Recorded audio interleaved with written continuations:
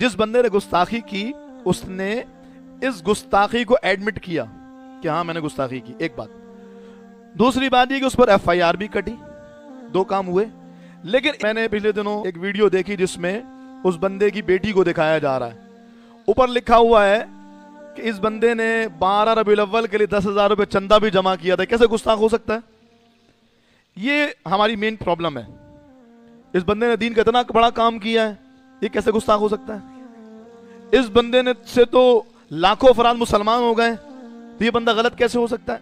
जनाबे वाला ये बात समझिएगा कि बलअम बिन बऊरा वो अल्लाह की बारगाह में इतना मुकर्रब था, हाथ उठाता दुआ के लिए, वापस आने से पहले दुआ कबूल हो जाती थी।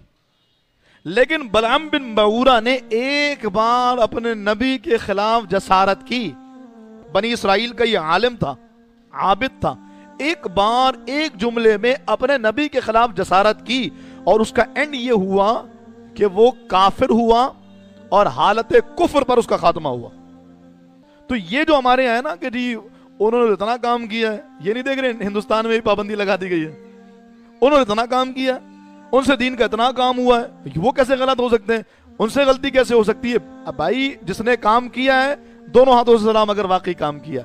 लेकिन काम करने वाले की गुस्ताखी को, काम करने वाले की गलती को और काम करने वाले की हट धर्मी को ये कह करके आप फेवर नहीं कर सकते कि पहले बड़ा काम किया, पहले बड़ा काम किया हो। हदीस पाक सुनिए, रसूलुल्लाह सल्लल्लाहु अलैहि वसल्लम ने फरमाया एक बंदा सारी जिंदगी जन्नतियों वाले अमाल करता, यहां तक कि उसके और जन्नत में एक हाथ का फासला रह जाता, फिर उस पर तकदीर का लिखा गालिब आता है, वो जहन्नमियों वाले काम करता है और जहन्नमी वाले आमाल पर मर के जहन्नम में पहुंच जाता है।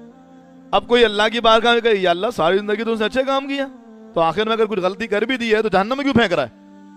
तो ये याद रखिएगा, जब जो अमल होगा उसका एहतसाब। अगर किसी ने लाखों अफराद को मुसलमान किया, अगर किसी ने लाखों अफराद को दीन पर चलाया, अगर वाकई ऐसा है तो उसको बदला मिलेगा। लेकिन इसका मतलब ये नहीं है कि अगर उसने लाखों को मुसलमान किया तो वो शुतरे पे मुहार हो गया।